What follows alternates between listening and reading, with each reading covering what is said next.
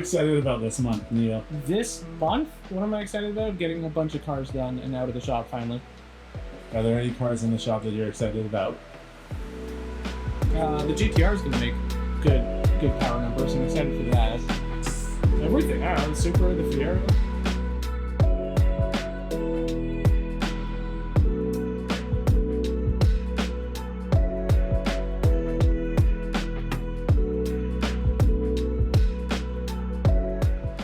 Not that excited with the JZX. What do you have to do to the JZX? We're not doing too much stuff on it, but it's just one of those cars, you know?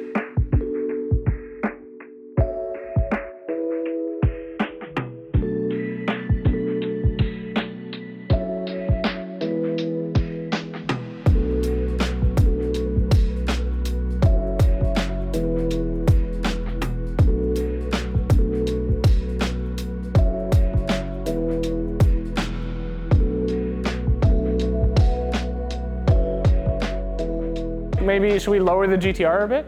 Okay. I love how messy everything is in here right now.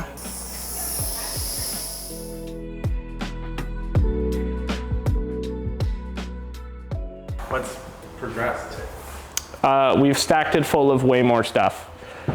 The GTR engine has been out and back in twice, and we're still working on that. We got turbos custom built by Chris Scremin, Spectrum Motorsports, and they're just really tight now, so we have to make sure they all fit. We redid some lines for the water cooling, oil drain, oil feed.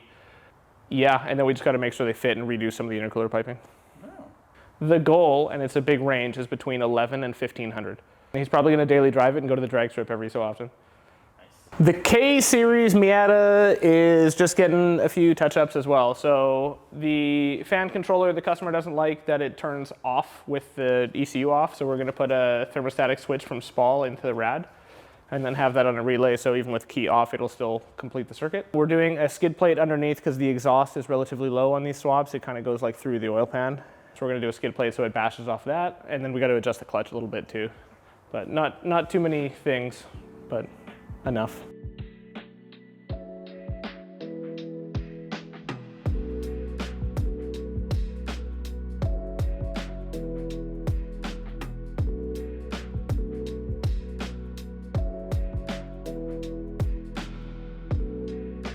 What are those? These are our biggest brake kit that we have for the Supra. This is a brake caliper from a Ford Mustang GT350R and a Ford GT, and the accompanying 15.5-inch rotors. So we had these on the Supra that we'll go look at in a second, but they are too big. These only fit 19-inch wheels, and he wants to run 18s now, so we had to downsize to our mediumist big brake kit. Let's go look.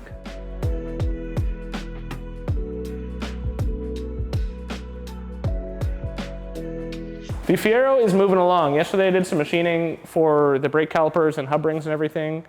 We got a bunch more wiring and stuff to do. It runs, it starts up right now, but we have to do the ECU Master ADU, the digital gauge cluster. And then yeah, that one has a deadline coming up too. We're trying to hit a time attack event on September 9th, I believe. So lots of work to do on that in a very short period of time.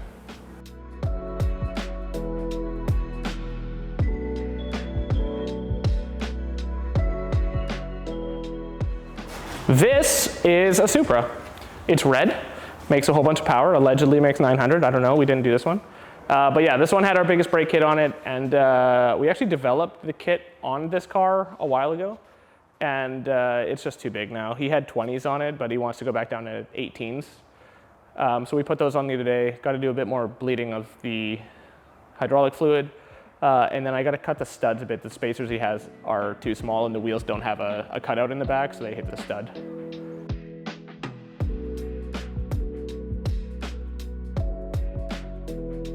Will's GS400, it's done. So it's supercharged, but that was done a while ago. We just got the manual swap done with a bunch of the fish bell housing stuff, the Serial 9 drive shaft adapter, Serial 9 shifter.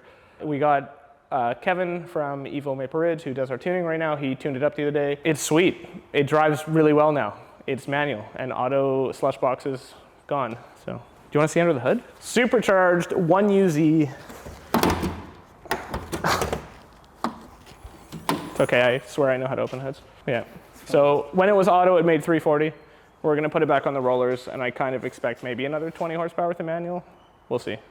One-piece drive shaft, less powertrain loss. We'll see.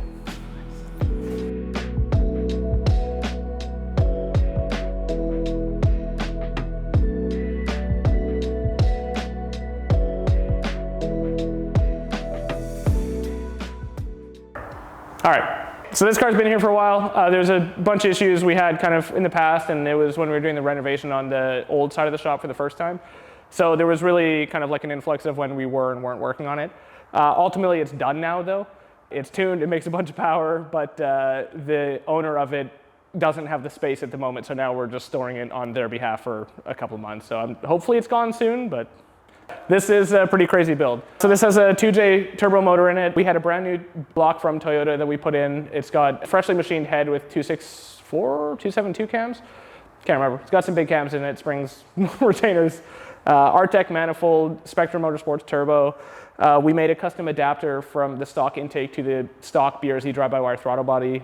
It's on ECU Master EMU Black. We have a PMC adapter kit to M3 BMW 420G transmission with the Clutch Masters twin plate clutch. And then we did our own custom motor mounts because everything that existed on the market didn't really put the engine where I liked. And then a lot of these times they don't retain the stock heater through the car. So what we did is we actually blocked off the existing heater lines into the heater core. We made a bulkhead through where the AC lines are off the side of the motor, and then we used one of our race car tricks to get the coolant flowing out the side of the head and now retain stock heater in the car too.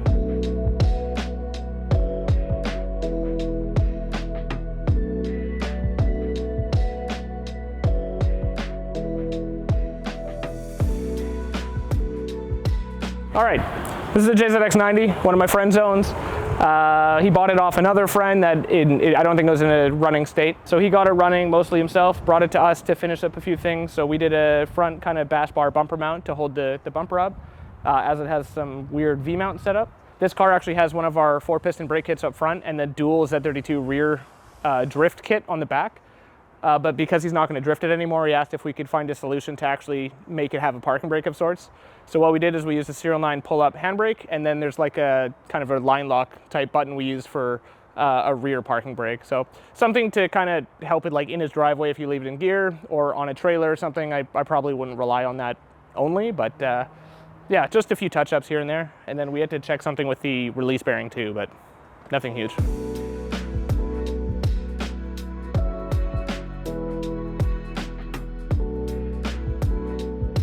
Okay, Silver Supra. So this one we built a while ago, but she got the engine from kind of an unknown source and it didn't end up panning out. It basically broke the ringland in every cylinder.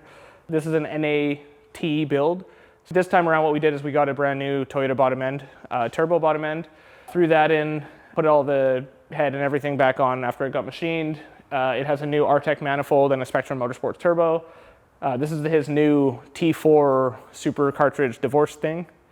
So that's really cool, but yeah, we're just trying to get it done for this weekend. This one also has one of our 6-piston super brake kits on it as well, so it's going to make a bunch of power and it's going to stop really well too. What makes our brake kits so great? Our brake kits are affordable. They use OEM calipers from Fords and Cadillacs, super available either OEM through like obviously Cadillac, Ford, GM, AC Delco. There's a bunch of aftermarket companies that make them too. They all seem to be super reliable, but yeah, upgraded brake performance for a relatively good price, and they look the part too. Hey, you want to tell me about that Focus outside? I do want to tell you about that Focus outside. You do. It's dirty.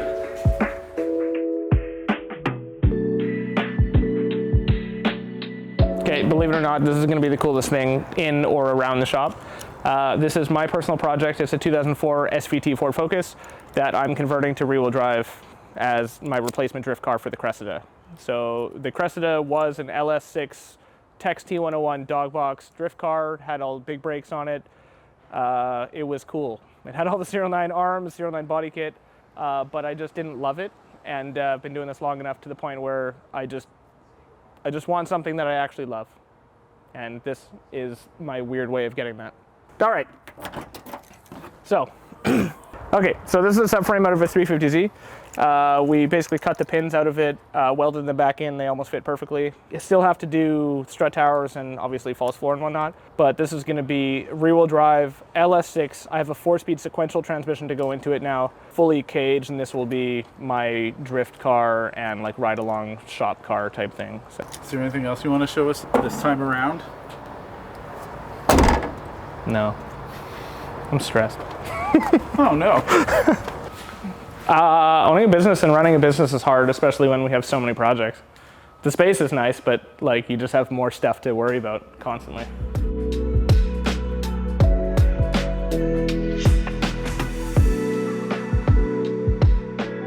I mean, there's the E30 and the Bronco, but like I don't really find them that interesting because I just hate red cars. So the E30 is turbo and looks cool and it's got cool brakes, but like, eh. In the Bronco, we put an LS in it, but I mean, like, who cares? It's an 88 Bronco, it's red, with a 505 horsepower LS. All right, well, give me a sign off. Anyway, thanks for hanging out with us. It's been fun. I'm Neil, this is SCG Performance. See you later.